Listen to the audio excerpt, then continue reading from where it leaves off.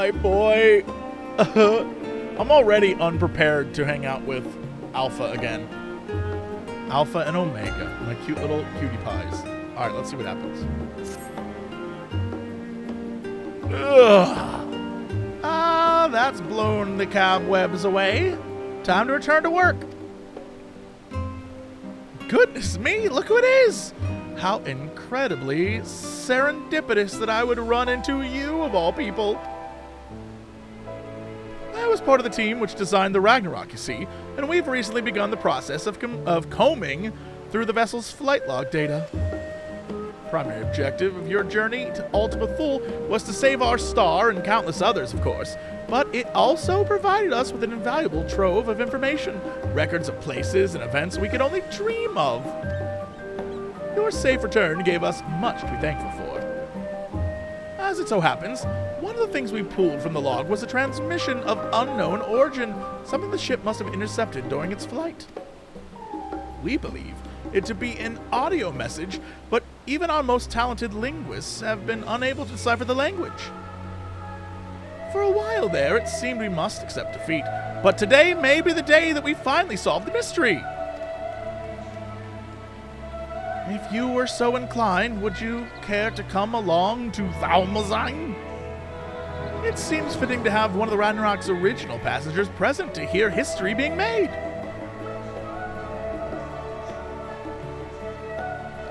Lovely. Certainly my sore throat won't at all play a factor in this. Ah,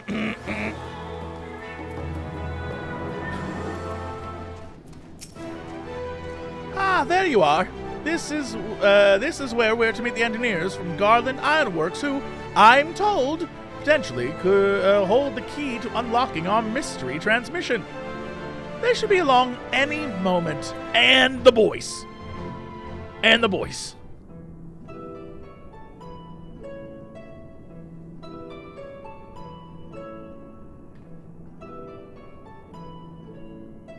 Sorry we're late. We had some trouble finding the right... Gods, is that you, Little? Oh, wrong voice. Is that you, Little? I thought that was going to be the other one. Yes, the man himself. I ran into him at the harbor and thought if anyone deserved to hear this message deciphered, it was Lil JC. No argument here, but bugger me if you don't have a knack for being in the right place at the right time. This actually has more to do with you than you might think, so please, do stick around.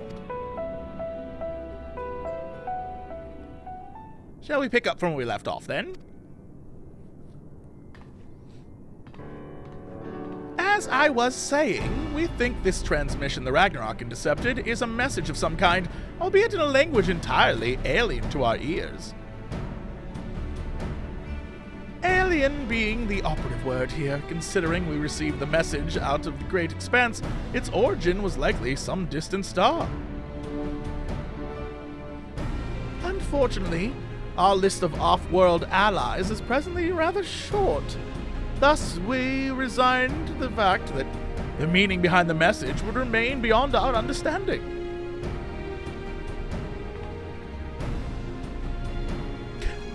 One of my colleagues, however, refused to give up. She remembered the Ironworks engineers who had been so helpful in the construction of the Ragnarok and turned to them for insight into our seemingly impossible problem. Do you know what Wedge said when he heard what was going on? We should have Omega listen to it. I bet it could tell us what the message means. Not the Omega you beat in the rift, of course. He's talking about the toy that trundles around with Alpha, the little model we made. We originally designed it to follow a chosen target and not much else, but I've been seeing it act in ways that, well, it's like it has a mind of its own. Then I got to thinking about those documents your lot sent the chief, a full report on the final days. And the part about Omega civilization, it said people discovered how to convert the mind into data and store it outside the body. Timing being what it was, I wonder if Omega didn't somehow transfer its consciousness even, into our model right before we put an end to the real one. Waddle, waddle, waddle. It's the boys! Oh, I love them. So, in an effort to get to the bottom of that, as well as take a crack at this indecipherable message, we decided to make some modifications. With the help from Labyrinthos technicians, we've upgraded our toy Omega with a fully functional vocalization module. Get the shit out of shit.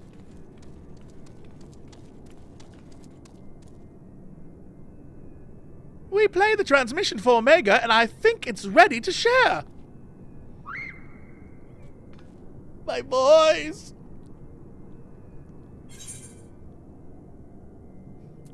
Are you in there, Omega?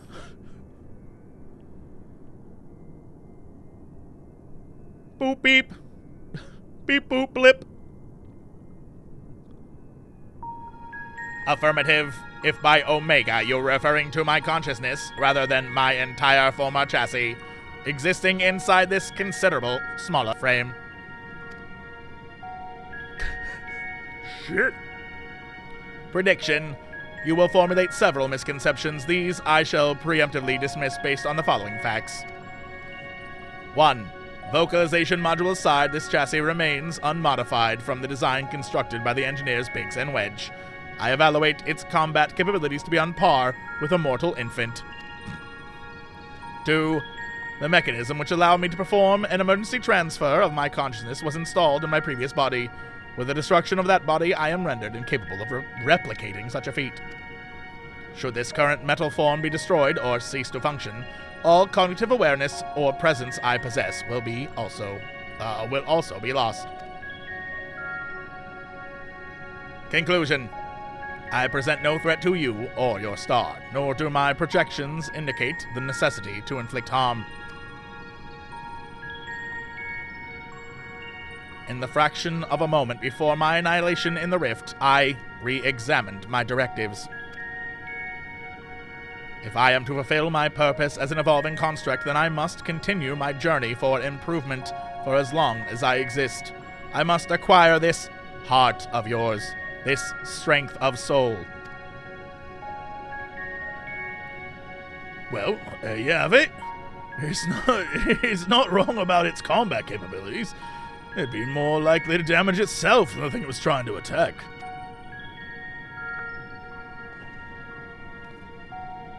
But let's not forget the reason we brought you here in the first place. What about the transmission they played for you? Could you recognize the language? Affirmative. It was transmitted in Pan-Galactic Basic. Star Wars, right. Pan-Galactic... what? Also, did I read their voices wrong? Whatever, it doesn't matter. A common language in comparatively extensive usage throughout the worlds we have conquered. Which means you can finally tell us what the message said. That is a language you understand, yes? I understand it perfectly. I am fluent in over 6 million distinct... blip. My cooperation in this matter, however, is conditional. Elaboration. Your chief, Sid, utilizes the floor as part of his unorthodox filing system, of which allowed me to scan the report of the final days. I am aware that my home star, the one you called Alphatron, was obliterated in the aftermath of Sir and Meteon's meeting. The existence of Dynamis has not previously factored into my projections, but I now comprehend the concept in theory. What fails to compute is why the Omicrons were not immune to its effects. Dynamis should have no influence on a race that possesses no heart. And yet, Sir expressed to Meteon a desire to cease existing. Illogical.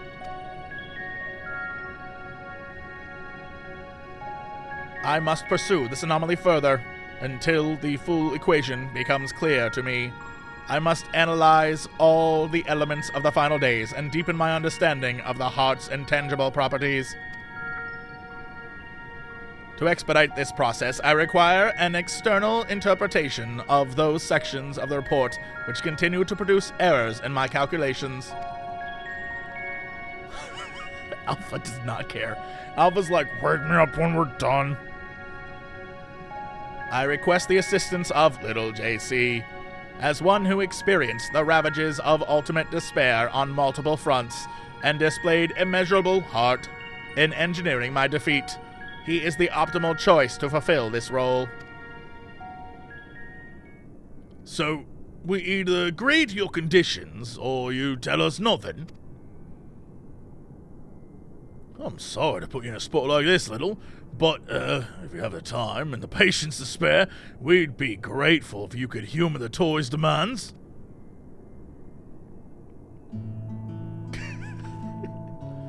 Has Alpha dozed off? I suppose the subject was a bit technical. Blue, rouse yourself, Alpha. You must listen to and consider these matters, even as I must.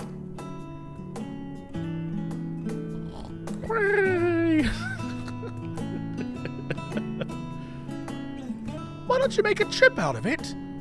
You know, actually visit the places that has the, things Omega wants to ask about? It will make explaining stuff easier for one, and also helps keep Alpha awake and alert.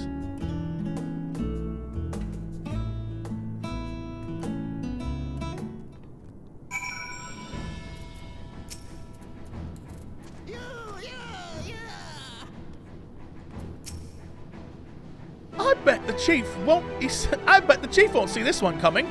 Once he gets over the shock, though, I don't think he'll want us to destroy Omega. Nero, on the other hand, he'll want us to use the model for some dangerous experiment. In fact, maybe we should put off making a report for now. Omega has been outright terror to us in the past, but it's almost strange how little it frightens me now. It helps that it's trapped inside the tiny model, of course, and that it follows Alpha around like a puppy. But most of all, I remember the chief telling me how much it sounded like a lost child there in the end. What a remarkable development! Biggs and Wedge told me much of your encounter with Omega before we began, and now that we have the Omicron's weapon talking, there's so many questions I am simply dying to ask. Back when we were first exploring our options, we did actually consider playing the transmission to the inhabitants of... Okay, sure, yeah, we did actually consider playing the transmission to the inhabitants of Ultima Thule. The problem is, we'd be dealing with beings recreated through Dynamis. Their communication is based on emotional energy, and anything lacking that vital component would likely fail to register.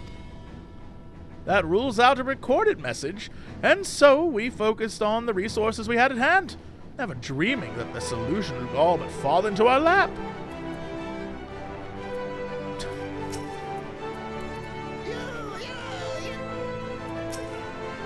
Quay? Quay. I see you have chosen the mutually beneficial option. Logical. Setting aside the matter of Sir, there are 3 elements of the report on which I desire clarification. The first of these concerns the progression of the final days in Radz-at-Han. I recognize no pattern in those who succumbed to the transformation and those who did not.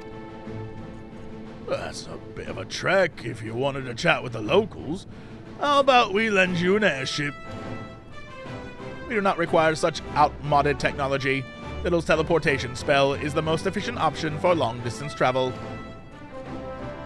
This chassis is a model, essentially a toy, and Alpha, despite his organic composition, is indistinguishable from a stuffed doll. Conclusion: we qualify as material possessions. Pick us up and you can teleport the 3 of us to our destination. Hell yes, let's go.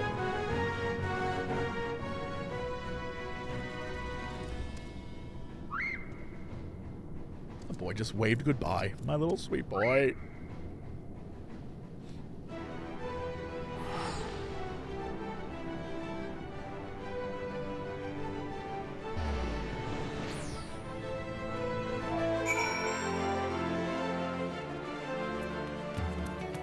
I love that I'm going on an adventure with them!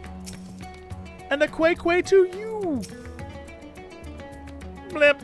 Sensors indicate we have arrived at Radz-at-Han. Objective, identify factors for resistance to involuntary transformation. Hypothesis, unaltered survivors of the final days will display significant strength of heart. Confirming this theory will require the cooperation of live subjects. Where is the ward designated for residential habitation? Understood. Comma, set as our sub-destination.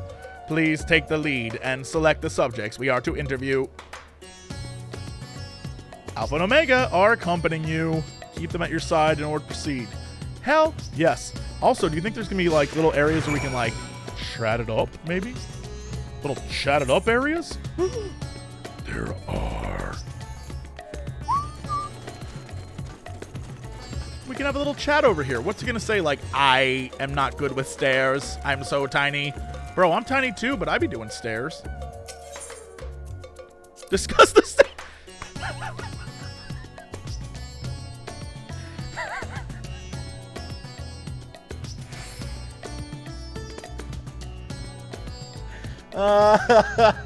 Did I write this game? Is that what it, Did I write this?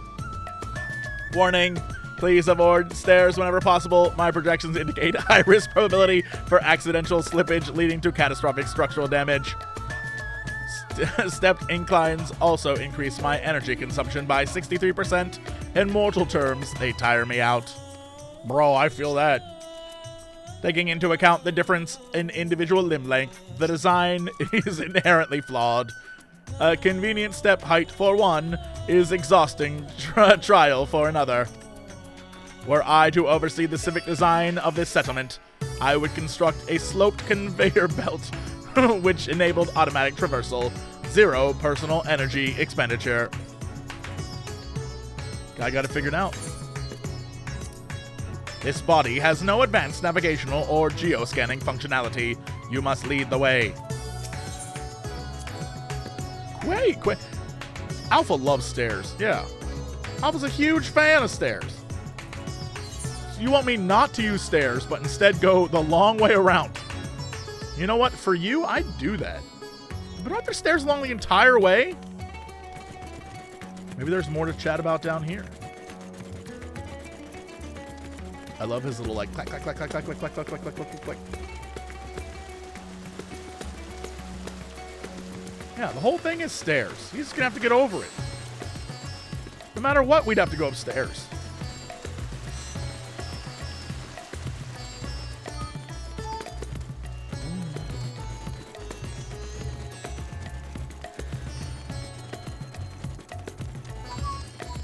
You okay, dude? That guy was... See, that's tired, Omega.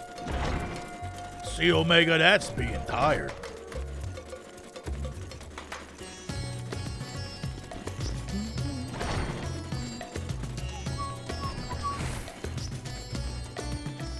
We literally took the longest, craziest way to do any of this. You know what? It's fine. Omega could use the workout.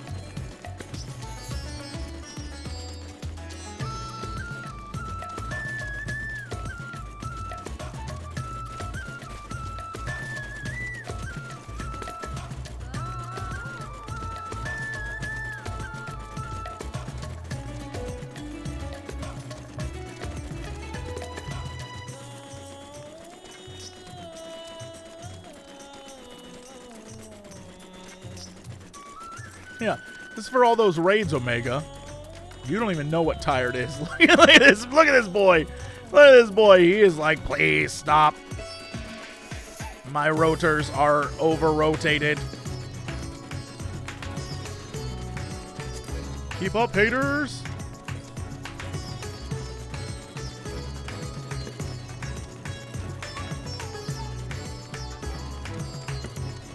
What a melancholy man. Are you a traveler? Please, if you have a moment, I could use an outsider's perspective. You see, I was one of those who sought to escape the madness plaguing the world by fleeing to the moon. Not that we ever went in the end. So here I am, recently returned from Charlian, except Now things are strained between my sister and I, since she chose to stay and I chose to leave. I asked her to help me find work, and she suggests I look somewhere that isn't Thavnair, as if I wanted to abandon my home. Ugh, it makes me so angry. Your point is unclear. You elected to relocate to the star satellite, thus your relative now perceives you as in a negative light. Your sibling's judgment is an error. Based on the information made available to Hanish citizens, your decision to withdraw to the moon was both logical and correct. Conversely, the decision to remain in Radz-at-Han, despite the low probability of survival, defies explanation. Perhaps her reasoning pathways are faulty. That's right. I'm not quite sure what you're saying, but I'm right, aren't I?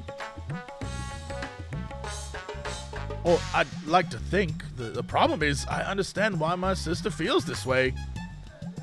I almost decided against going myself.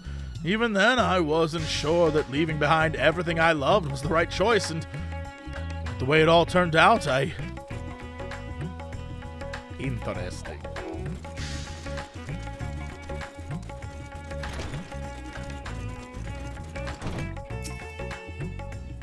Oh, hello again.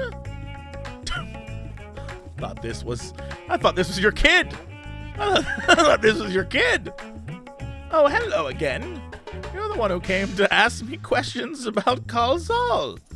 I'm glad to see you're looking well after all that unpleasantness.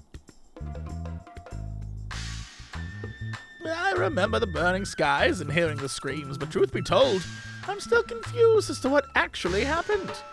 I only know it wasn't unusual for entire families to go missing. Many of my neighbors' houses now lie empty even now. Khalzal's place is one of them. He had no close relatives to speak of, and I heard it was members of the consortium who came to remove his belongings. What a terrible thing to have to do. Blip. Terrible. Khalzal's passing was recorded in the report. Clearing out his domicile and readying it for new habitation seems an appropriate reallocation of resources. Dear me, what a clever little contraption. But of course I'm not against making use of his quarters. That would be wasteful. It's simply that Khalzal was always such a vigorous person. All that passion, all those dreams, suddenly gone. I feel the same sorrow for everyone who was lost, seeing the remnants of those vibrant lives packed away in boxes. That is what I mean by terrible. Damn. They're like, go relive every awful thing that happened. Dojums, thank you for gifting those subs. Also, Lunar Sky, thank you for resubscribing. Thank you all. Hey, don't I know you? Yes! After the beasts were taken care of, you told me to join everyone in the square. Thanks to you, I was there when Viera gave his speech, and I found out who Varshan really was. It's a shame we don't get to play like we used to, but Mama says Viera has been busy putting the city back in order. Maybe I can work for him one day when I'm a man grown.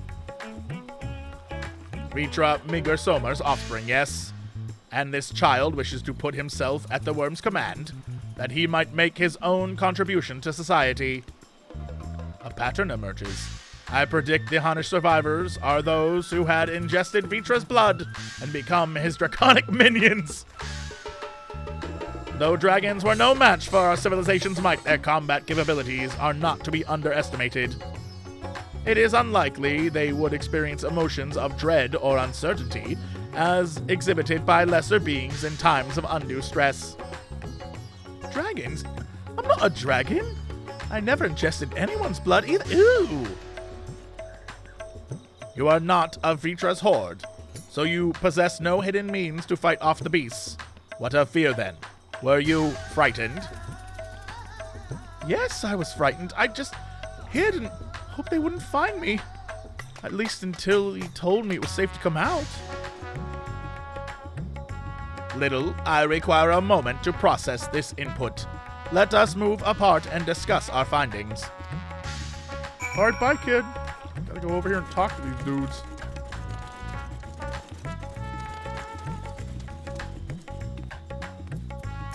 Nope, wrong guy, naming way. Processing data. Evaluating hypothesis against accumulated evidence. I offered an optimal analysis of each subject's testimony, yet each time their responses conflicted with my assessment.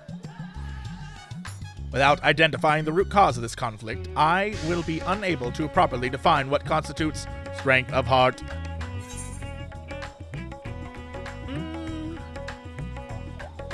Perhaps the heart you seek lies in the conflict itself.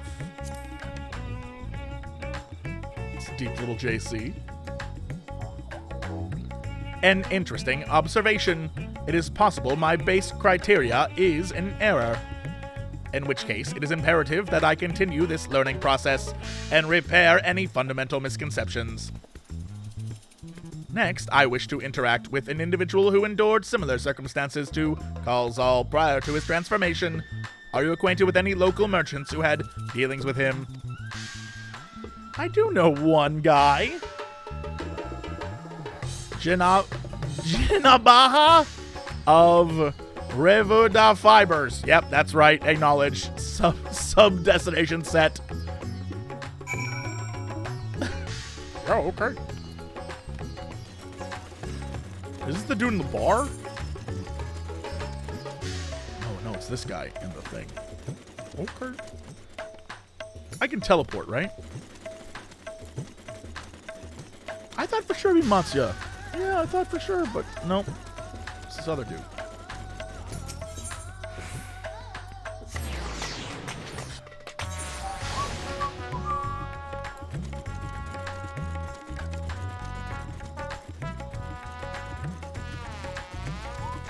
What are we about to discuss over here?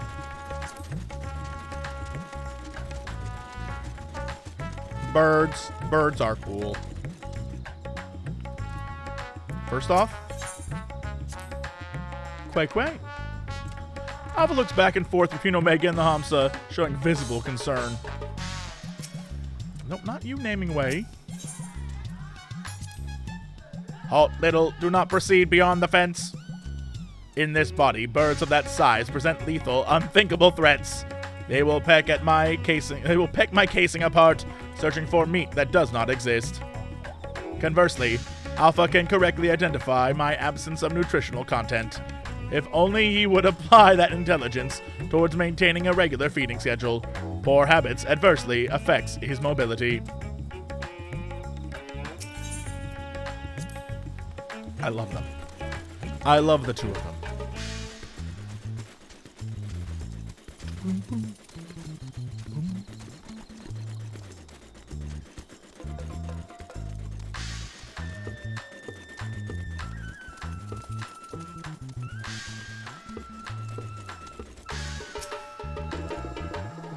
Well, look who it is! I must thank you again for your help in moving our textiles. Recovering from those tragic events has been difficult, of course, but with everyone pulling together, we've managed to get things back up and running. Jinabaha. That's right, I have come with questions related to the tragedy, specifically your survival of the final days. Although you are similar to Khalzal in many respects, he succumbed to the transformation and you did not. Why? What is the critical difference between you and him? What? I'm sure I don't know. I'm not especially brave or courageous, if that's what you're asking. Perhaps being focused on protecting our workshops kept me from spinning into a panic? Still, I imagine Khalzal would have been feeling the same sense of responsibility. Perhaps the weight of it all is what invited his demise. You were of the same mind, resolved to the same purpose. Yet your strength of heart, of spirit, was not equal. If merely emulating the individuals is insufficient, then some other unseen factor must be involved. Not to interrupt these deep philosophical musings, but do you think I could ask you a small favor? There's a man by the name of Nashvan who's been helping us out here while he gets back on his feet. I have a feeling he'd benefit from speaking with you. Leave by the eastern exit. You should find him just outside organizing some new inventory items. Great.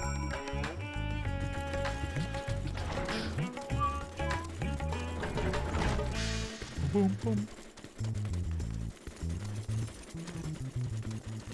There's a whole other conversation.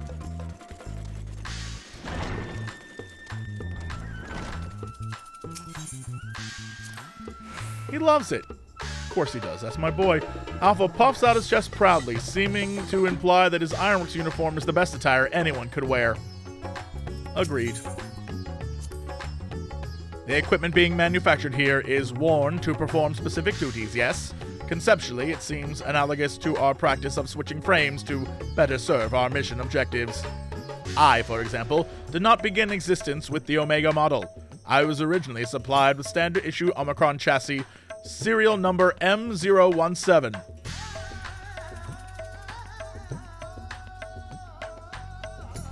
Timeout. Whoa. Timeout.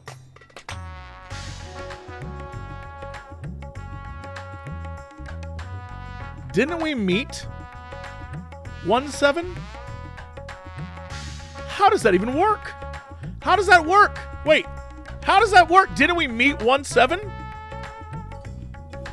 Did someone take it? Oh, how does that work exactly? Huh. Yeah, didn't we meet 17 in Ultima Thule? Wasn't that? I guess it counts as a memory. I guess that's what that counts as. I don't know. I don't know. That literally made my eye twitch. You meant a dynamic memory of them. Gotcha. Okay. All right. All right. Woo. I was like, timeout. What's going on?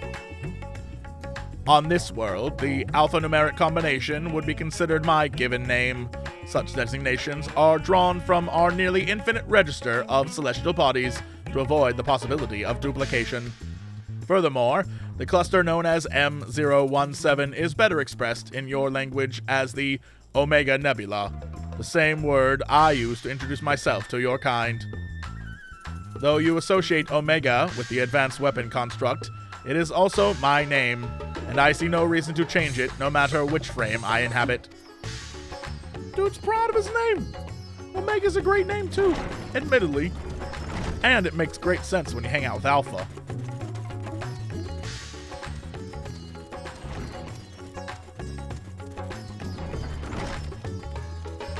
This dude, you okay, boy? You alright? You poke. You alright? Let me help you up, bro. Bro, let me help you up. How you doing?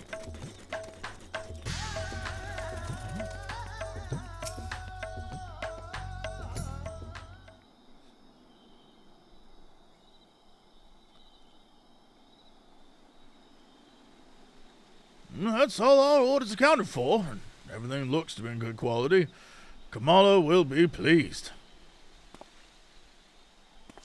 What? You were with the Scions. You were there.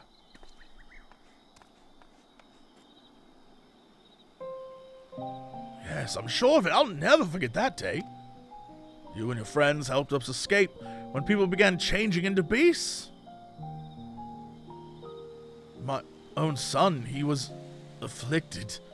Then that huge monstrosity loomed over him and... Yo, this is that dude? Wow! Whoa! I remember. My heart turning to ice, freezing in place. Satrap came to my aid, but then he, too, was gone.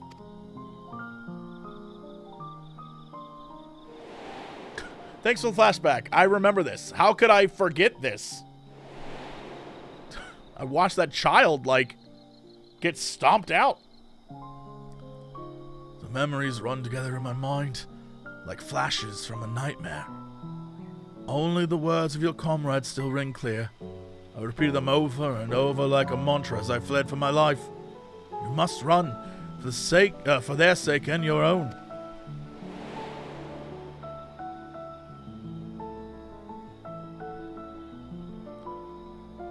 It all seemed so surreal, which is probably what saved me from the transformation. The truth of it didn't begin to sink until the worst of it was over.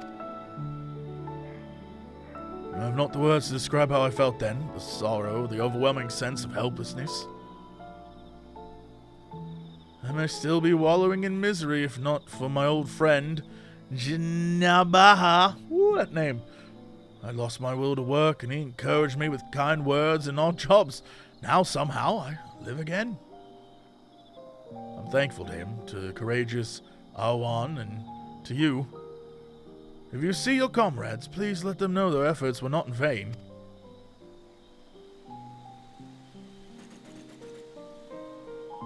You said you lost your will to work.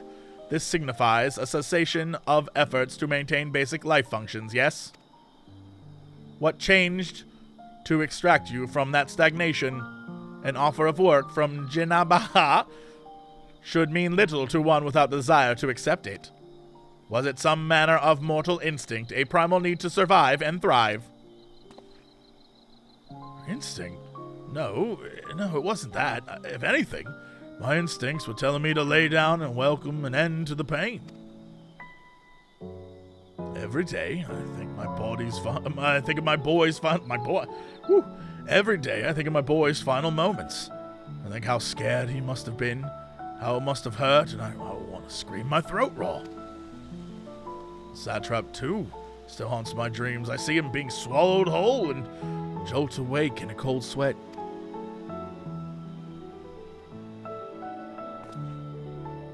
But something changed when Jinaba came to me. I looked up and saw that even without my son or Awan, the world around me continued to turn. Because that fact grieved me so, I knew it fell on me to live on and remember them.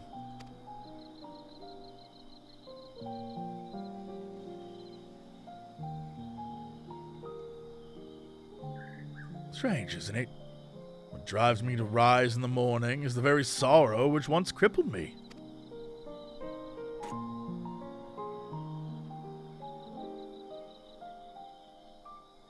This dude's mainframe can't handle that shit. He's like, I don't even know. No, I really must return to my work. To lose this job after everything I just said would be a poor jest indeed. May the sisters keep you well.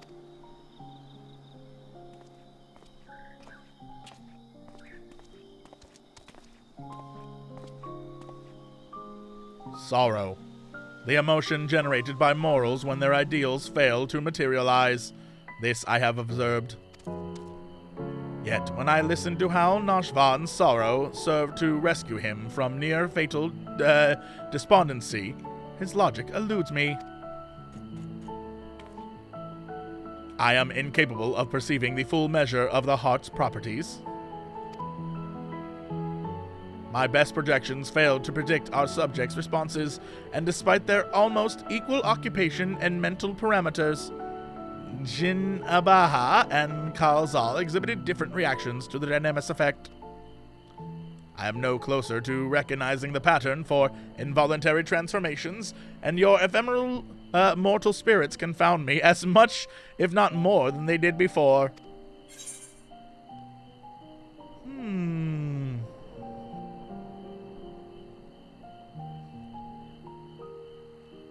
Yeah, maybe there is no pattern, bro.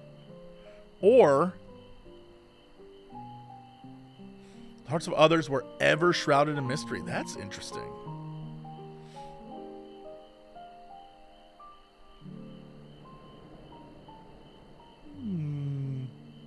I do like that one. But I think this is more along the lines of what this guy's vibe would be. You know what I mean? So let's do this.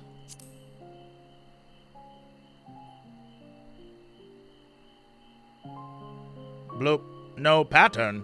You imply that the transformation was not contingent on individual fortitude, but rather a random contribution of environmental factors. Such a theory would explain the otherwise conflicting data. Very well. I shall accept this as a provisional conclusion to this part of my investigation. I do, however, expect you to continue supplementing my education of heart-related matters.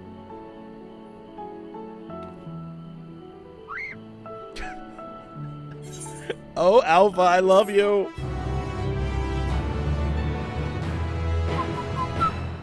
Look, let's not talk about the time I let the satrap get eaten.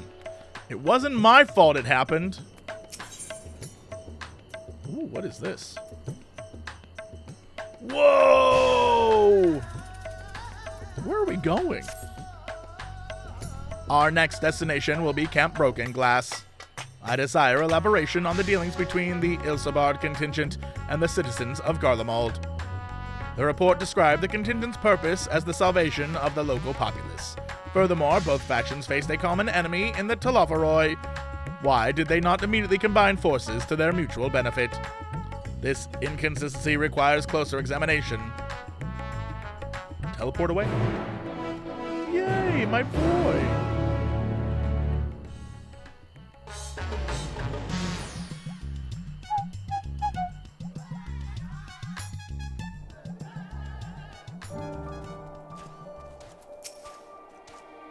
Teleportation successful. Evaluating immediate environs. A cold weather region by Aetheris standards, but significantly less extreme than a star with ice planet classification. This body should not be unduly impeded. In contrast to Alpha and his uncontrollable shivering, my frame appears highly resistant to low temperatures. They did not make an Alpha shiver emote.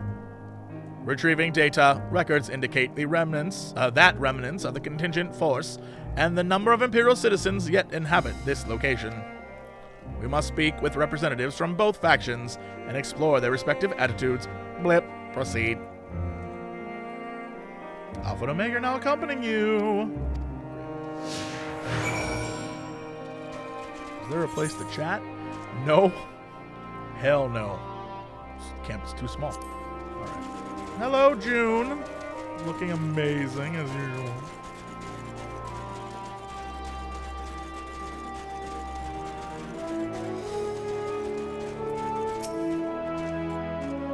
Little, come to see how things are progressing, have you? I can't speak for the overall strategy, but communications with the locals has become a damn sight easier since Euless and the soldiers stepped in to help.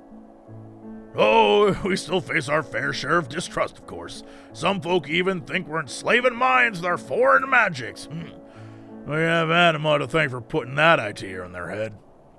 But all things considered, I say we're doing pretty good.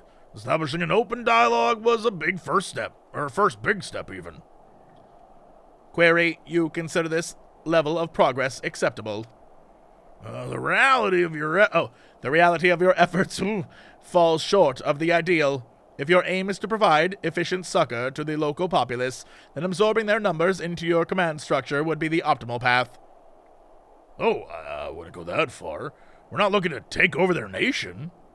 If we're to do this the right way, we need to recognize and respect each other's way of life. So while it may not be the easiest solution, I agree with the contingent's slow and steady approach. I'm just happy we're saving lives. Mega's like, bro, you have blown my mind. What the hell? If we want to really clear this up, we should just take him to go see Puddingway. Puddingway will set this entire, Puddingway, what is your function? I'm just here to find pudding. Holy shit.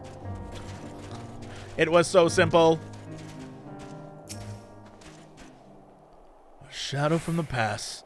Yes, I know you from Victor's Spoils. Have you come to laugh at me? A wretch who chose Licinia and her sister rather than accept your help. The fool who ended up relying upon your charity nonetheless. Well, perhaps I deserve your derision. My compatriots surely scorn my failed conviction. I've shamed my people, brought dishonor to my nation. I am no better than kept beast, my pride sold for a bowl of feed.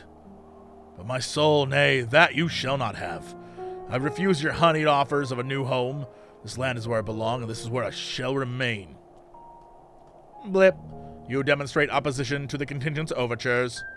On what basis do you refuse this cooperation? The data suggests the local populace is struggling to produce the bare minimum of sustenance. Have you some secret strategy for survival, or do your orders compel you to accept your present misfortune? What? Must I be mocked by a Magitech toy now? No, I've no secret strategy, no binding orders. I but comport myself as a true Garlean patriot would, uncompromising, unbending.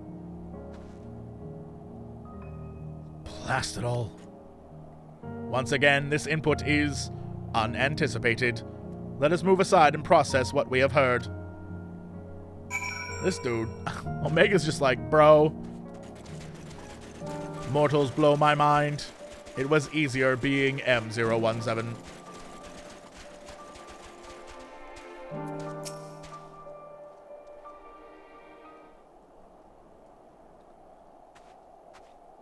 Accessing and analyzing recorded data. Integration complete. I have evaluated this most recent input and made comparisons to our discoveries in Radz-at-Han. Consistent only in their inconsistency, the responses from both contingent member and imperial citizen were highly irrational. Conversely, any Omicron considering their predicaments would have echoed my assessment exactly. The divergence from self-evident logic is key. Hypothesis: the illogical relationship between would-be saviors and suffering populace is another result of unpredictable nature of mortal hearts. Yeah?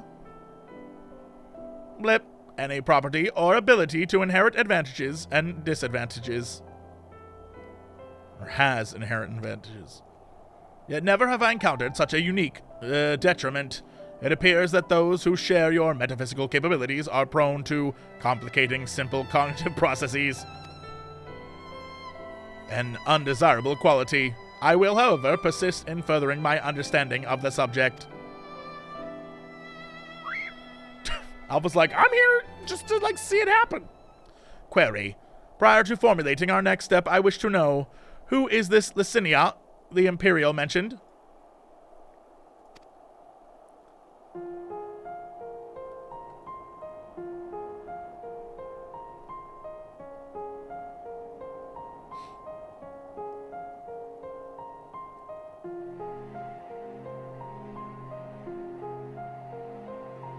Acknowledged. To summarize, insufficient data on foreign culture resulted in inadvisable and ultimately fatal action. I witnessed such self-destructive behavior during the course of our planetary conquests. Overwhelmed enemy forces would voluntarily withdraw to perilous regions, leading to a succession of inevitable losses. Tangential data request. I wish to learn about burial customs. The practice has ever seemed nonsensical, but new data suggests it arises from the same source as your cognitive complications. Take me to this Licinia's burial site. It may aid me in Bloop, bloop. You okay, pal? Energy delivery systems compromised. Core temperature critical low. Warning, immediate heating required. Request, apply friction to outer frame. Oh, do we have to rub him?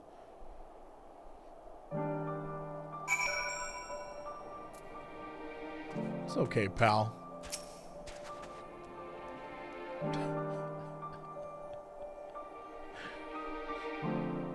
Rub some warmth back into him. Bloop, blip. Temperature nominal. Energy level stabilizing. The creators of this model must have experienced impaired cognitive reasoning during the design process. Upon our return, I will request additional climate shielding, as well as an accurate temperature sensor array. This will not affect my combat capabilities, but should improve my basic survival rate. Reconfirming sub-destination. In which direction will we find Victor Spoils? That away. Wait, that away. Acknowledged. Alpha, you are to remain in close proximity, close enough to envelop me in your feathers. You are permitted to carry me on your back, if you so choose. Oh, never mind. I thought I was going to see it.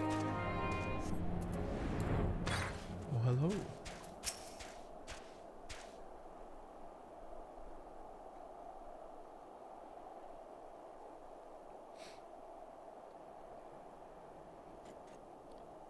Blip. A deceptively deep snowdrift almost defeated me, but we have successfully arrived at the location you indicated. Caution advised. Oh, cute Omega. You're so much better than evil Omega. An unknown individual appears to be investigating the object of my interest.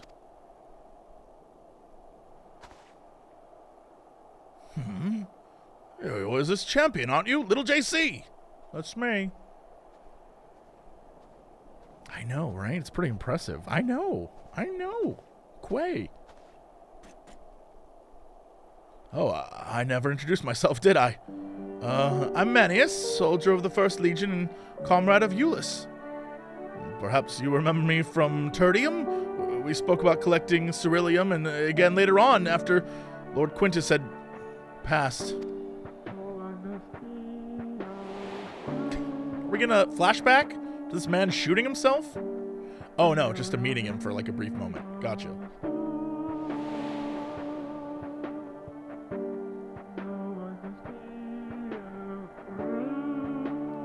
Manius, explanation requested. What is the reason for your presence here? That must be the tiniest Magitech weapon Oh, it's just an oddly shaped communicator, isn't it? In any case, I have nothing worthy to report. I heard that the sisters who used to live in my sector were buried here, so I thought I'd come and pay my respects.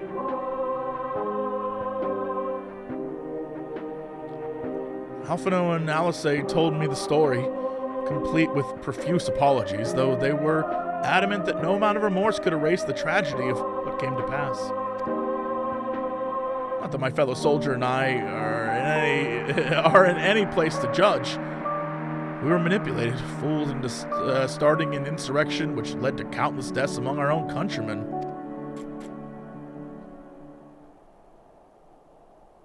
Objection.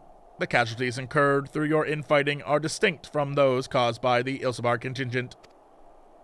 To restate, you are justified in seeking restitution from the contingent for causing the deaths of Licinia and her sister. Retaliation for damages sustained is also a logical progression. Don't be a dick, Omega. I can deduce 2 reasons why you do not initiate hostilities with Little and his allies. 1. You judge your remaining forces too weak to contend effectively with the contingent. 2. Your emotions are complicating the issue. Tell me, which of these is correct? Well, when you lay it out like that... I'm afraid my answer isn't like to win any medals, so you shouldn't mind keeping this to yourselves.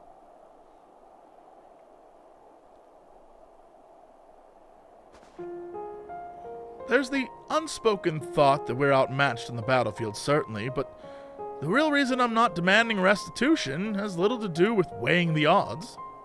The simple truth is, I'm so caught up with simple survival that I've no strength to spare for past grievances. The same goes for avenging any comrades we've lost, be that my brothers in arms or Lord Quintus himself.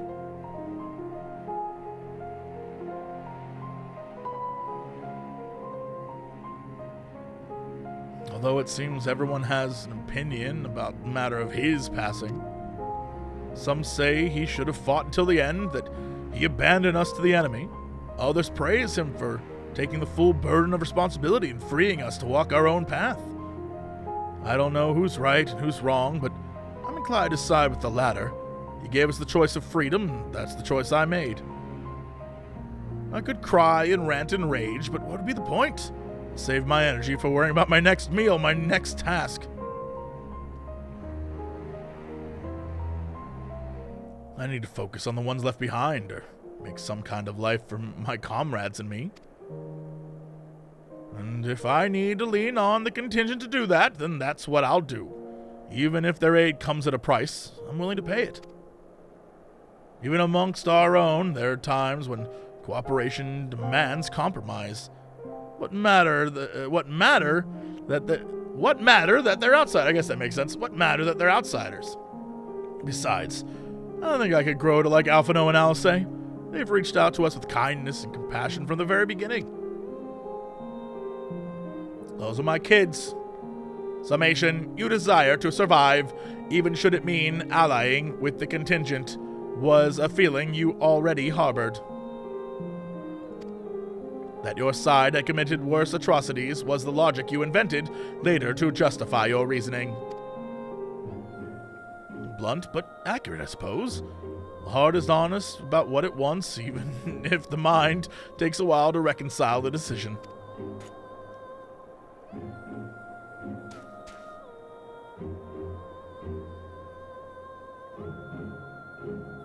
Well, this has been oddly cathartic, but I must return to my duties. There are wild beasts to cull, watchfires to light, supplies to transport. Even without an emperor, there's no rest for an imperial. Well, be well and stay safe.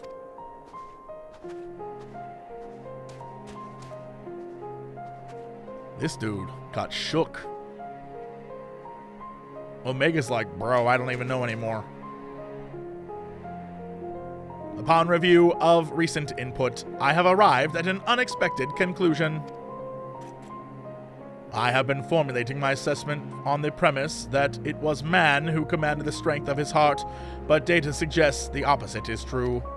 The surge of spirit, of feelings, of emotions can entangle your thoughts to such a degree that even control over your own behavior is compromised.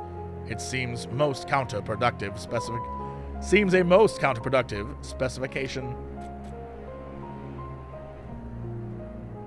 This also explains why my interactions with mortal subjects have produced more confusion than clarification.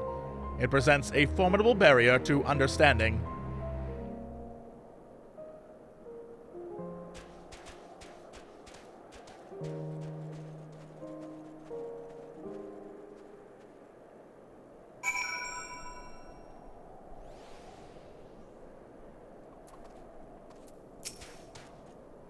Blip. My earlier hypothesis has been borne out. The suboptimal operation being conducted here is the result of emotionally compromised reasoning.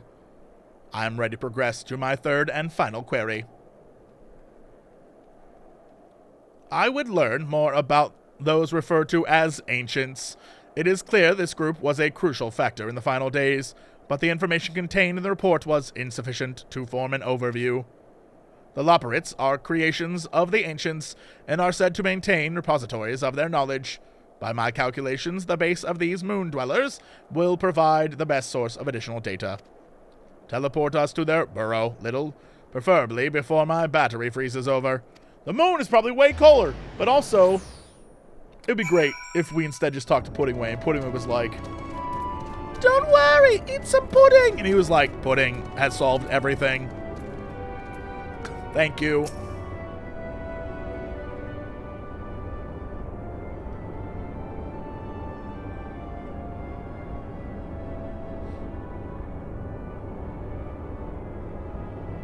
Blip, your teleportation spell was successful.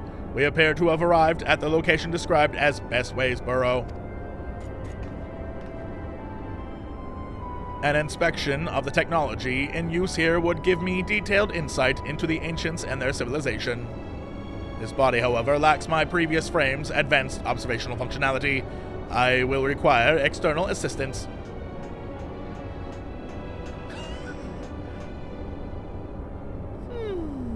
No, it can't be! Oh, it is you! Oh, little hell, I've missed you so! What's this you brought with you? This soft, feathery vision? We've been outfluffed. Back up the moon. It's all over. Why bother with burrow building bunnies when you could walk around with this adorable avian engineer? Just bake me into a pie and be done with it.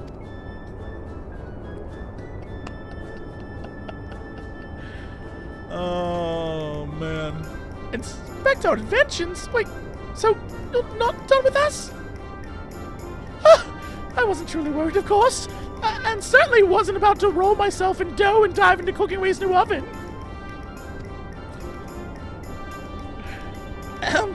If a technical breakdown is what you need, then I'm your Loporrit. As the resident atmospheric regulation expert, I can field any question or query that you care to pose. Blip, Acceptable. I will employ this being to guide me around the facilities. Your presence is not mandatory. Even locked within my current chassis, I am still an autonomous construct that has endured hundreds of your life cycles. I am capable of completing this simple objective alone. Okay. What are we gonna do, pal? Oh, okay.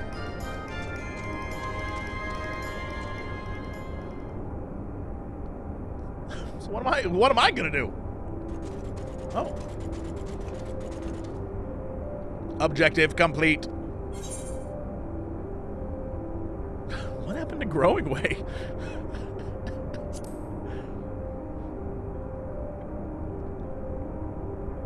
After my 15th question, his responses began to suffer noticeable delays. By that stage, we had viewed a representative cross-section of elaborate engineering, thus I deemed it unnecessary to retain his company. Alpha.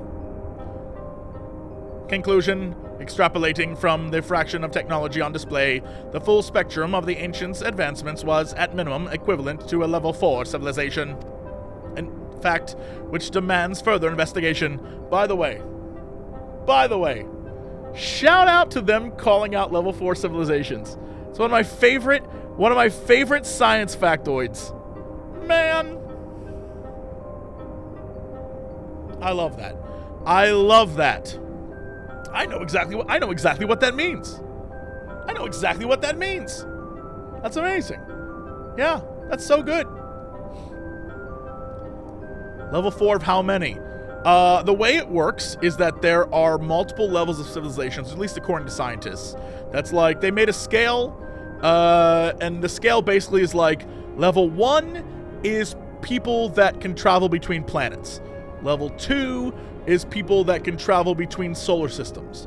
Level 3, and it's all based on like energy consumption. So like a level 1, we're using the solar system that we're in to do stuff, right? Like level 2 is we like have a Dyson sphere on the sun, for example, right? Anyway, level 4 is basically like we can create shit with our mind. Like level 3 is basically you can travel around the galaxy with ease. And you were like intergalactic travelers, right? Level 4 is basically like, we can turn into energy if we want to. And as humanity, we are level 0. We're like level 0.5 maybe.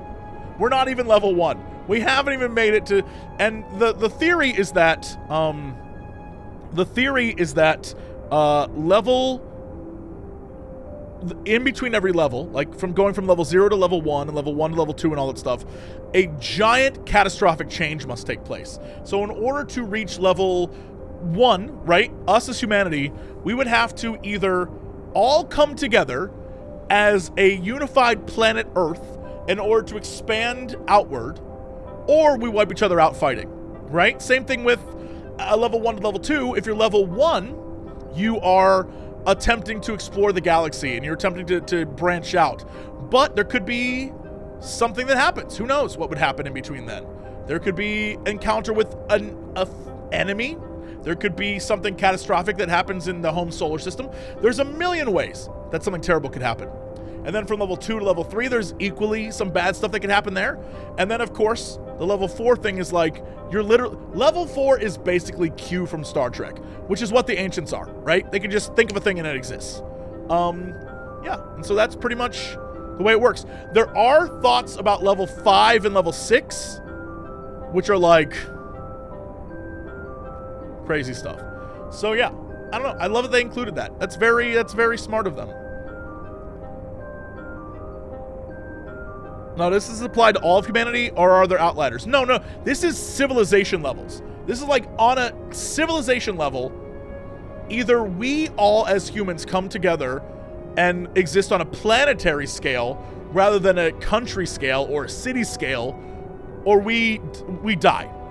Like, that is straight up like, either we all come together and we make it to level 1, or we are gone. Like, that's it. And the theory is that this has happened numerous times. There are many species, many civilizations that have risen and fallen. Some have made it to level 1, some have made it to level 2.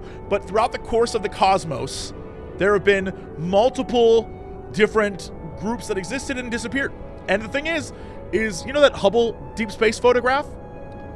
That thing shows us galaxies, not planets or stars, galaxies, like millions of galaxies, and that is so far away that that Earth didn't exist when the light from those galaxies was sent towards us. It's like 13 billion light years away or something crazy like that. So the idea is that throughout history, 13 billion years ago in those galaxies or whatever, in a galaxy far, far away, civilizations have risen and fallen and changed, and all these things existed, and we're kind of like new kids on the block, basically. But then there are those people who are like, you know, getting into pseudoscience that are like, what if there was someone on Earth like the Atlantis or shit? Like, what if, you know, most of recorded history only goes back, I don't know, 8,000 years-ish? So what if, and if dinosaurs are 64 million, there's a lot of time in there where you could say, what if? You could say, what if? And so maybe if there was a society and it collapsed and we're just like, we started over. Who knows? That's pseudoscience and there's no evidence for it. But like, who knows? You know, if you look at the like when they show you what would happen if humans disappeared, and they think, and like the forests, nature reclaims shit so quickly.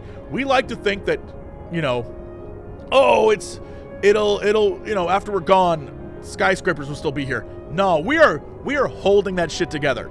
If no one was here, nature would be like, and suck up everything again. If you ever want a good example, go look up Chichen Itza. Chichen Itza is a pyramid structure. It's like a huge area in Mexico. And Chichen Itza was this place that a lot of people used to live. And then time. It was for, like, if you look up when they first found it again, covered in dirt. The whole thing is like, the nature just swallowed it back up. So the way Chichen Itza looks now is because mankind went in and straight up just like cleared it out and dug it out again. So, I don't know. It's super interesting. So all I'm saying is there's the potential that something could have happened. Yeah, Angkor Wat is a great example. I mean, shit. Here's the thing. The Great Library of Alexandria had every single record of anything that had happened in the past, and that shit burnt to the ground, and all that's lost forever. So we'll never know. We'll never know. And it's fun to think about. Did it happen? Probably not, but it's fun to think about. What if there was like space wars? Who knows? No clue. Fascinating. I love that they included that. Totally unnecessary. Love that Omega's like, I'm on that same wavelength, bro. They were a level 4. You know, that's pretty interesting. Despite establishing a near ideal society, these beings nevertheless harbored a weakness which invited self-destruction. In studying them, I stand to gain a greater understanding of Sir's anomalous decision. Alpha's just happy to be there. Growing Way informed me that another type of ancient-made entity exists upon this satellite, the one they call the Watcher. I would speak to him. Yo, let's go. I haven't talked to this guy in a long time.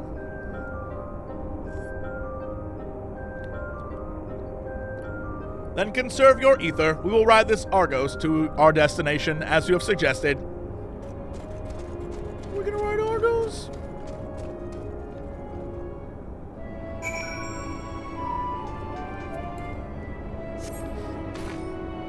You know what? What am I doing? Let's go. Yo!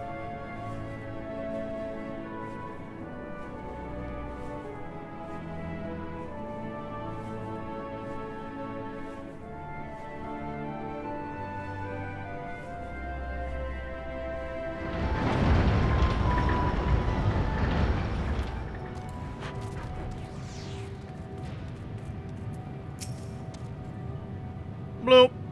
Impedance detected. The creature identified as Argos refuses to acknowledge our presence.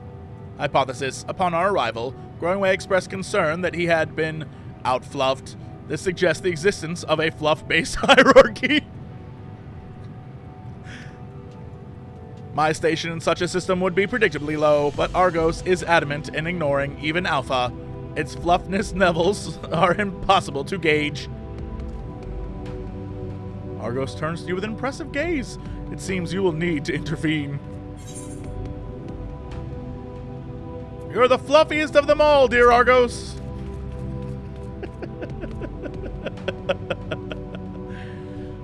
Yeah, by far. Argos gives an exasperated snort before motioning to his back. It seems you have permission to climb aboard. Blue, you have secured the creature's permission. Curious. I suppose your body does exhibit a special kind of fluffiness. Felt that way for a long time. I've allowed myself to become distracted. Let us continue on onto the Watcher at once.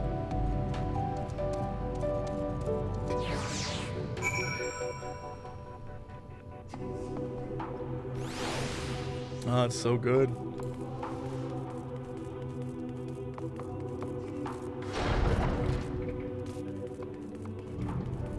This poor guy. This poor guy. Oh, Watcher. How's it going? Blip, the Watcher located. An estimate of this being's height explains the inconvenient scale of Bestway Burrow. I was bemused by the arrival of these small visitors, but I see they are companions of yours. What a rare thing for my abode to be thus crowded. How may I be of service to you? Hello, Watcher. My purpose here is to learn more about the Ancients. I would know of their deeds, their philosophies, the nature of their hearts. I would understand why the final days was visited upon my home star. A worthy endeavor, but there is another better suited to assist you with that task. Perhaps you might do us a favor with a tale or two of the ancients you met during your travels, Little. My fragmented memories would be a pale substitute, indeed, for the clarity of your more recent experiences. Yeah, okay.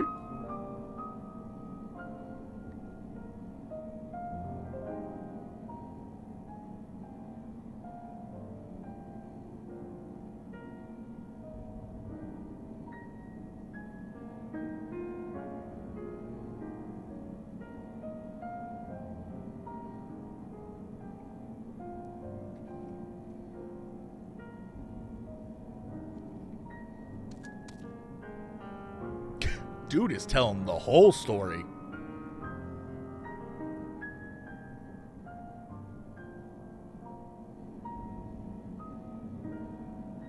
Yes, I can envision every detail. Your meeting with Thavnair and Emmet Selk and Hithlordeus. The sorrow and determination of Hermes.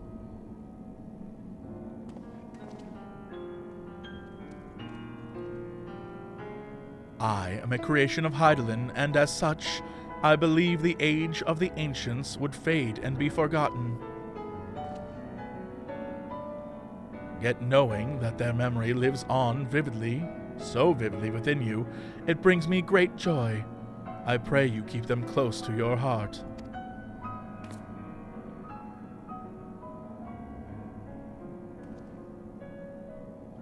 At the time of your journey to the past, the one whose essence I embody would have been a scholar at Anadar. A shame. Had you reason to go there, perhaps we might have met. You might have met.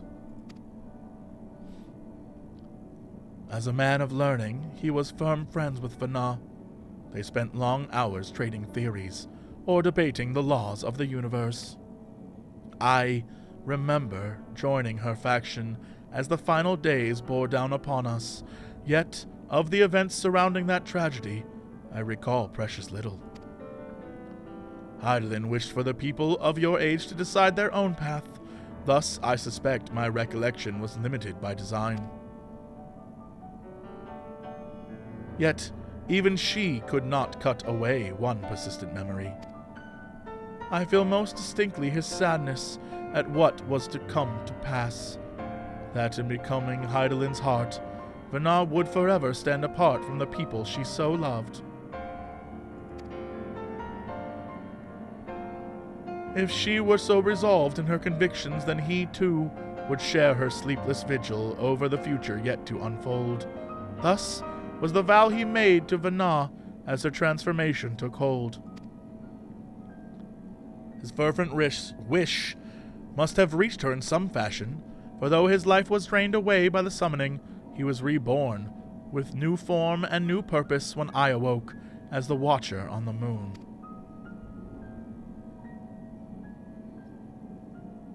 And you heard little, you felt, you thought.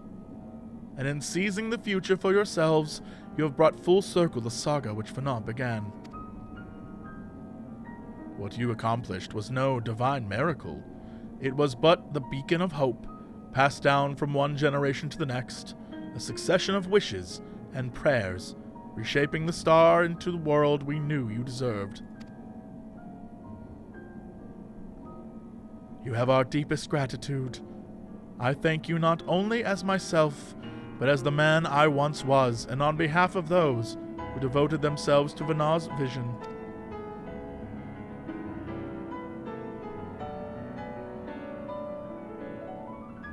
Bloop bloop.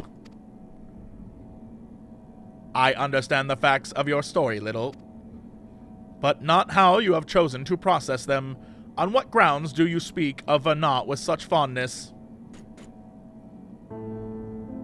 By sundering the world, she ultimately guided your kind to victory, yet in doing so, caused irreparable damage to its individual members.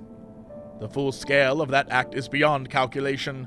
It is evident, however, that it resulted in protracted period of suboptimal existence for Emet-Selch and his brethren.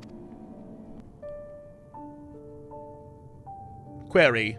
If the survival of your kind is the deciding factor in your evaluation, then should you not also admire Hermes and his decision to subject man to a trial, forcing you to change or perish, as was the fate of countless civilizations before you? From my perspective, his determination was similar to that of the Omicron's ancestors, those who first began trading flesh for machine, so that our people might stand against the onslaught of aggression from other races. It was an unprecedented attempt, accompanied by much failure and sacrifice. Their early experiments were crude, primitive. Had they not made those first advances, however, we would have remained vulnerable to our environment. The violence would have utterly consumed us. And what of Emet-Selch himself? Judging by your retelling, he was a benevolent ally saddled with a tragic fate. Yet I remember the years when my instruments fed me data from events across the entire star. During that time, I witnessed his Scions engineer multiple instances of cataclysmic strife. These calamities, as you know them, were responsible for planet-wide destruction. A man whose endgame relied upon the extinction of all modern mortals must, by definition, be your worst enemy. Pfft, you should see Xenos. That guy let me on his back and we flew and fought a giant space bird. I require an answer. As a being of heart and soul, how do you classify each of these pivotal figures? From your perspective, which of them was most justified in their actions?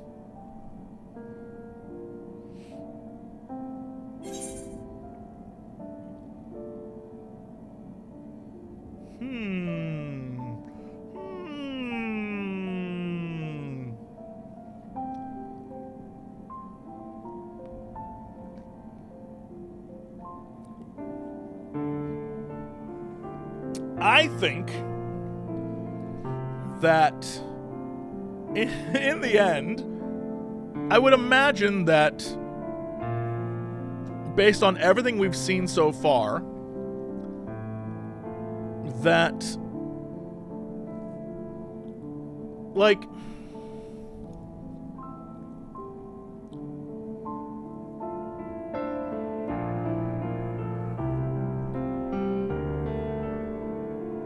I feel like that in this case, we are dealing with the fact that Viera, yes, is clearly justified in her actions. She's trying to save everyone. But at the same time, Emmet, his actions are justified, and then he's trying to save all his friends and bring his friends back. And Hermes, He is literally just trying to, like, find some shit. You know what I mean? Like, he's just trying to find meaning in the world, in a world that he, like, feels terrible living in.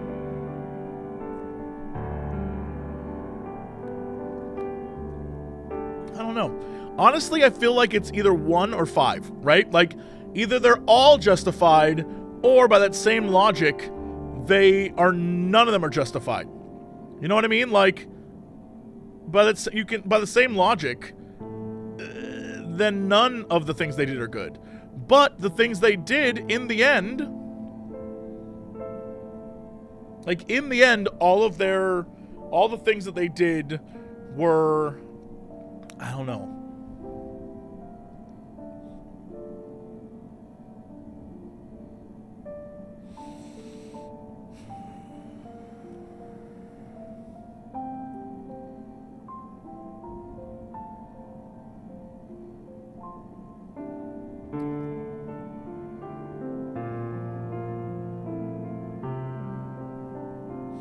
I feel like, for the sake of Omega's clarity on things, I think that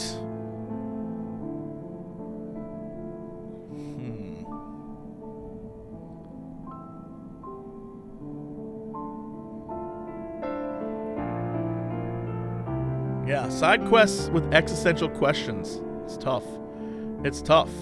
I think I have to say 1. I think I have to say 1, just because nothing they did was right. Like, nothing they did was good, but Fanat has no choice. Hermes was just trying to, like, do the right, like, he was trying to get answers, which, you know, you can't hate him for that. It wasn't the right thing, but it's what he wanted. And Emmett is like Emmett, you know what I mean? His reasoning is true.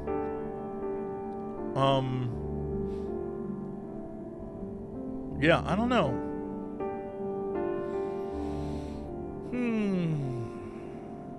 I mean, we'll say it.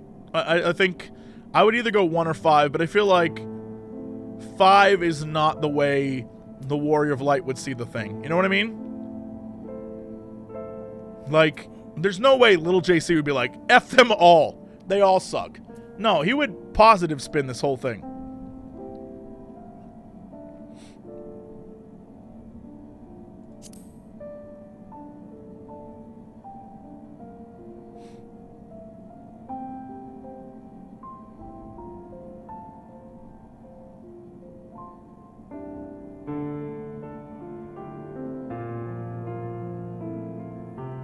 I think I understand. You seek a definitive answer, yet, based on our experience, Lil and I might develop very different opinions. In the same fashion, you are free to form your own thoughts on the matter. Do not be so swift to consider them without merit.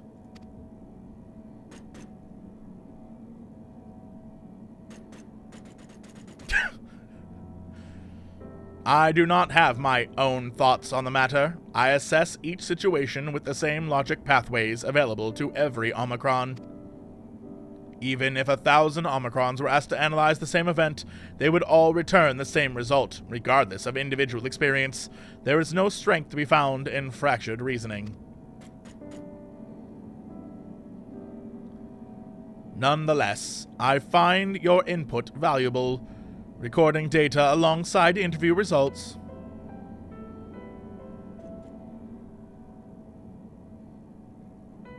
This concludes my investigation into the incomplete elements of the final day's report. I will reanalyze the accumulation information and examine the factors which led to Sir's incomprehensible decision. Let us return to Thavnair.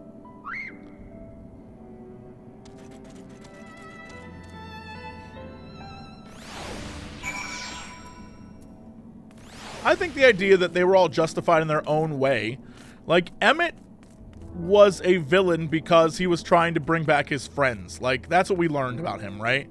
What he was doing wasn't right, but his actions in his own mind he thought was justified.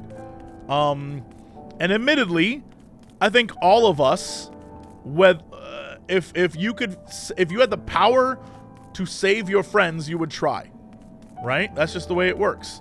And I think Hermes was looking for purpose in his life. He existed in a world without purpose, and he was doing whatever he could to find purpose. And I think you would do the same if you felt like you had no purpose. And Vanna realized how screwed up shit was, and she was like, I need to fix this.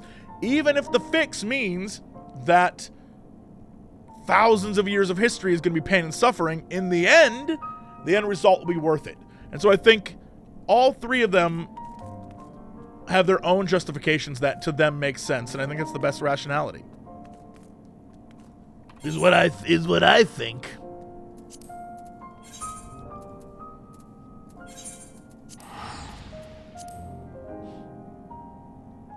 Yeah. And Elidibus was a kid. Elidibus was a kid who lost his mind. He like forgot why the hell he was literally inside of a god. So like, let that boy have his thing.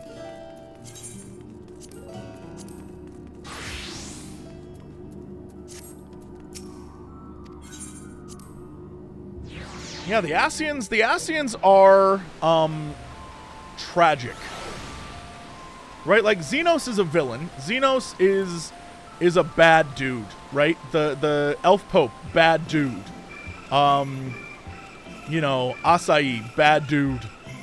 You know, there are bad people in this game, but the Ascians are essentially tragic figures. They're tragic characters who like went through some shit, and while their plans are not good for us, from their perspective, they are just like, we're just trying to like bring back all the people we lost. We literally, like, the best way to describe it is, to Emmett, we are 1/14th a person.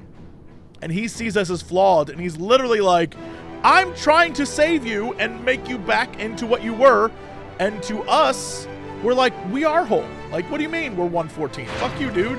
And it's just about perspective. And just because I might not view it as justified from like a Jesse standpoint, doesn't mean that it wasn't justified from his perspective. Blip. Little, I wasn't sure you'd be back in time. You had a fruitful trip, I hope. I am absolutely bursting to ask you about your experiences with Omega, but I don't wish to be a pest. I'll swallow my questions for now and maintain my academic decorum. Besides, it seems our engineer friends are in a hurry to leave. Oh, there you are. Right at the last moment.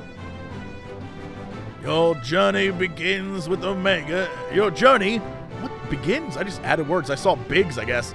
Your journey with Omega was properly educational, I hope. We planned to ask you all about it, and that mystery transmission besides, but I'm afraid something urgent has come up. Seems one of our Ironworks associates fouled up a job elsewhere, and Jesse needs Wedge and me to rush out and lend a hand. There's an airship awaiting us, for us at the harbor. Had to burp. In fact, do you think you could escort us over there and talk as we walk? Acceptable. I am fully capable of speech during, ambulation? Yes, sure. I figure you might be. Right. Let's get a move on then.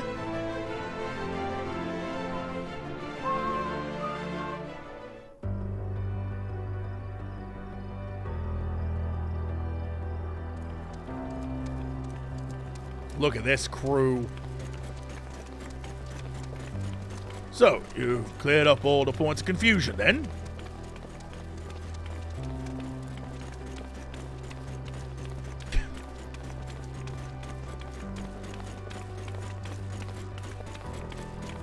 I had mistakenly classified your intangible heart as an ability of some kind.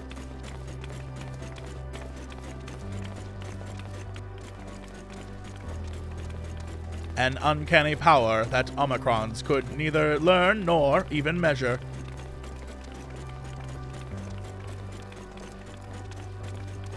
Even now, its full nature yet eludes my comprehension.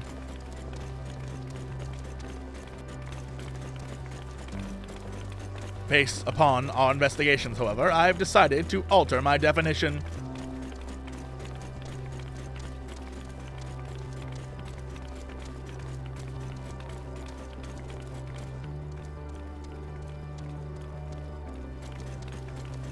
A phenomenon which influences one's interpretation of reality. That's not a bad definition. That is as close to an answer as I have found. I'm in control again. Accordingly, Sir's actions upon meeting Meteon strongly indicate the presence of a heart.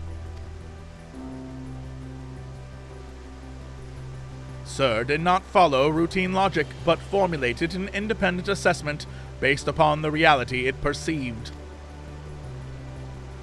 It felt the best recourse for the Omicrons was to cease their expansion and terminate all functions.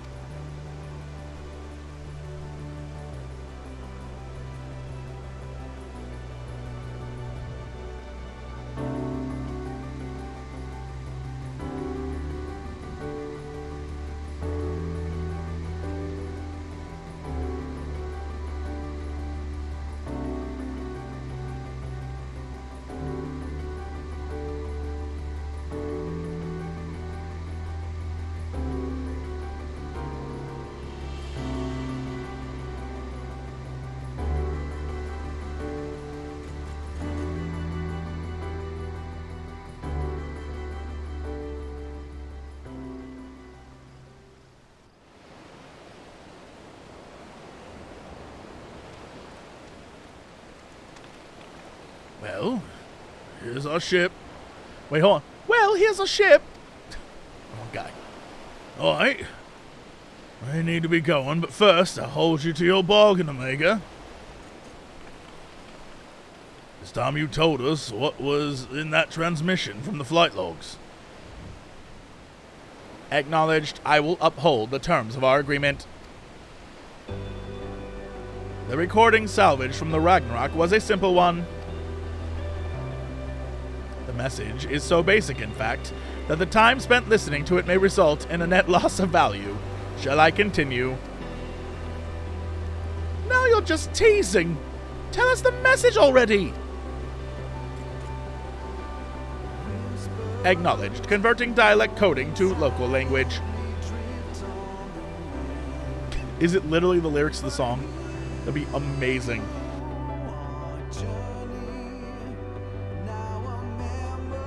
To whomever receives this message out there in the vast reaches of the cosmos.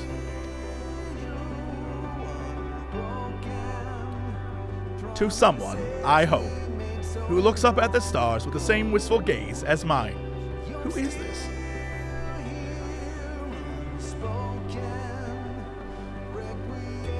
To you I say, forge ahead. May all our tomorrows be blessed with joy.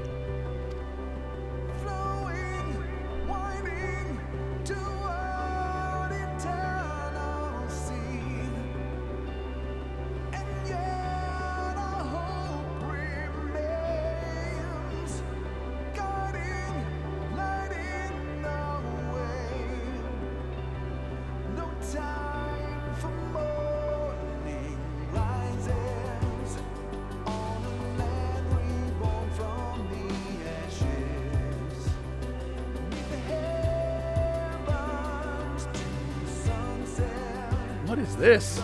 This message has no designated recipient. It lacks purpose.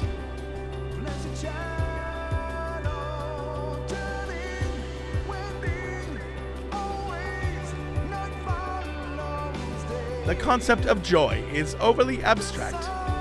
I got tears. I got tears. The vocal supplication to manifest said joy is unrealistic in its optimism. This song is brutal. How dare they? Yet based on their expressions, my assessment of the transmission's value conflicts with its apparent impact.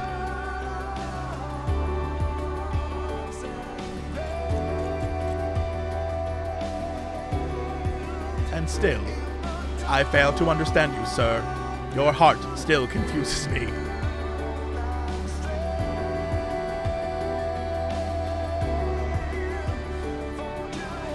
Was termination of everything the correct course? How did you arrive at this conclusion?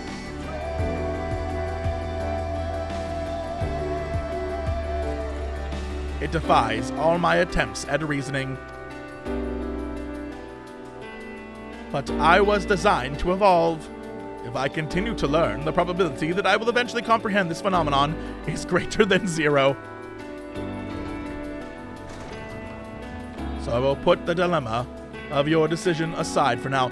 Oh, this is the dude's internal thoughts. I forgot they do this when it's like in someone's head. I thought for sure he was like talking to us, but no, this is him talking to himself.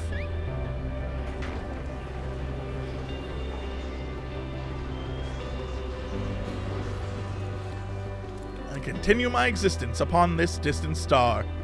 As I dwell upon these many life forms, so will I continue to piece together the complete shape of their mortal hearts.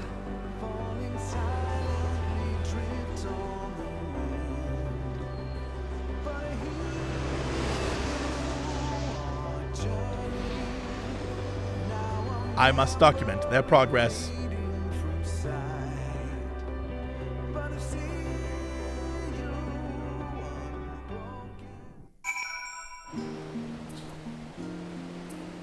Oh, Alpha. A Kway to you all. Your contribution to my education... He's drunk now. Your contribution to my education is appreciated, little. Indeed, I have amassed a satisfying quantity of valuable data. Now that our negotiated business is complete, however, Alpha and I will return to traveling the world. Drawing on recent experience, I am confident that we can expand the radius of our ventures by a significant margin. Alpha thrilled about that.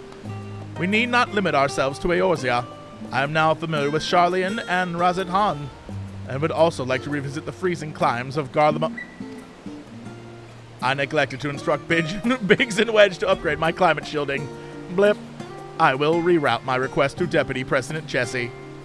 Engaging ambulation and parting simulations, salutations, whatever. Farewell, little. Bye, Alpha, you're the best. Alpha gives you a vigorous shake and draws forth a scrap of paper from under his wing. Quay. Seems he wants you to have it. Perhaps it's a way of thanking you?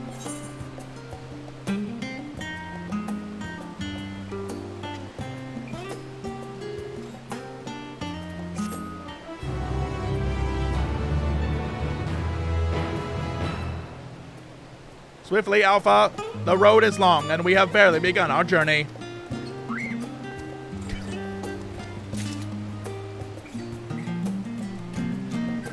Amazing. Amazing. Fantastic, even.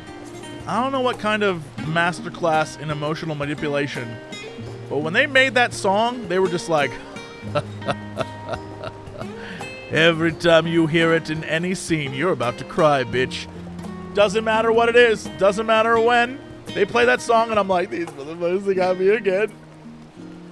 No mercy. Zero mercy with that song. It's rough. Every time. Every time. I'm just like, I'm going to make it through this. I'm going to be able to read. Nope, they got me. It's unnecessary. Why gotta be like that?